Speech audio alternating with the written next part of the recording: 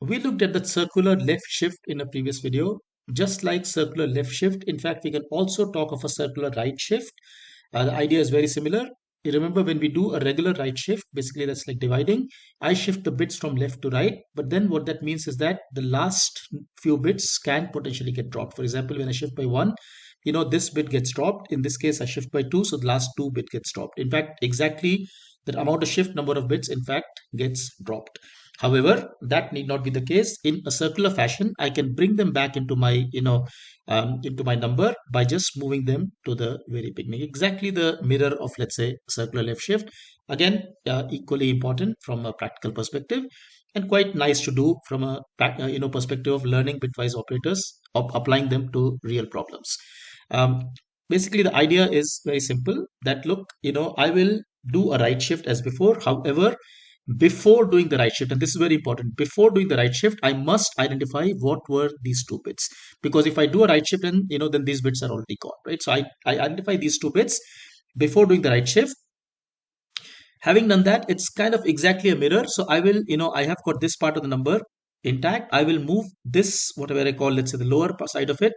I shift it upwards to the left side, and then I'll do a bitwise OR. So very similar, just that the whole order operation, set of operations is mirrored compared to the circular left shift. So let's see how we can do this in code. Of course, we are enhancing the bit by bit project from the YByte Python curriculum, available at www.ybyte.com. So I get back to my code that I've been writing over here. So I come back and I just define a new function. Let's call it def say circular shift right. Once again, the arguments are the same. So x, d, and let's say n bits. So we're talking of an n bit system. X is the number to be shifted in, and x is the number that we are dealing with, and d is the amount of shift, right? So I put a comment here: right shift in a circular say circular fashion.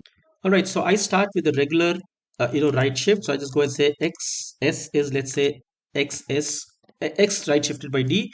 Now remember, when I do this, the uppermost bits of, let's say, xs are already 0, which is where those bits that have been dropped have to go and fit in. But how do I find those bits that have been dropped? Well, I need to look at the original number x, remember, because otherwise the bits have already been dropped.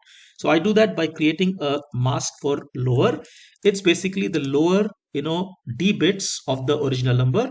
Hence, the mask that I create is, well, again, like we were doing for the left shift, I just go and say 0b, plus, let's say, d times, say, 1. Now notice this operations are acting on strings, so it's basically becoming, say for example, d being 2, it's becoming 1 1, so 0b 1 1, right? And of course I must convert that to a integer, so that this becomes like a number, and then that becomes like a mask for me, right? Now, having done this, I will find out which are the bits that were underflowing. So I just call it, let's say, underflow.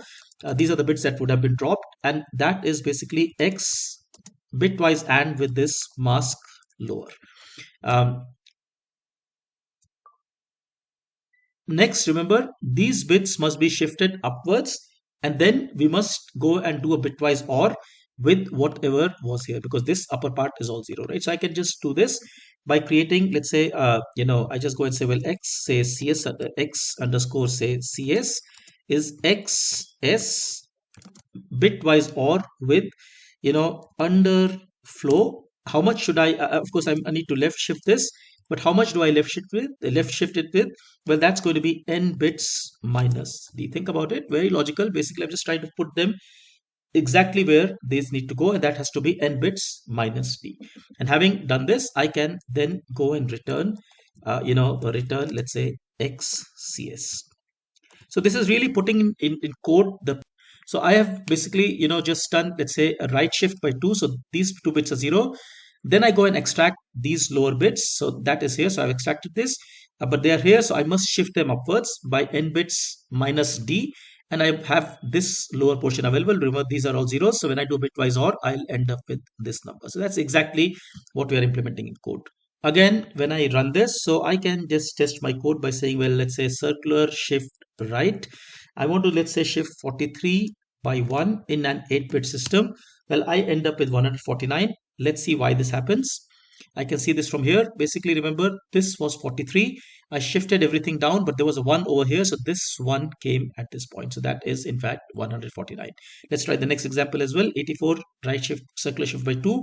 I expect the value to not change because these two bits are 0. So even if they come back here, they'll be just zeros. When I do this here, say for example 84, say 84 right shift by 2 in an 8-bit system, I get in fact 21, which is exactly same as 84 being right shifted because the last two bits were 0.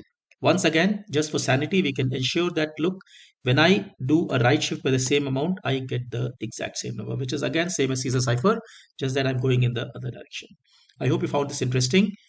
Our emphasis at Bybyte is always applying concepts so that we understand things vividly.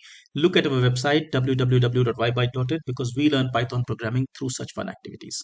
Take care. Thank you so much. Bye bye.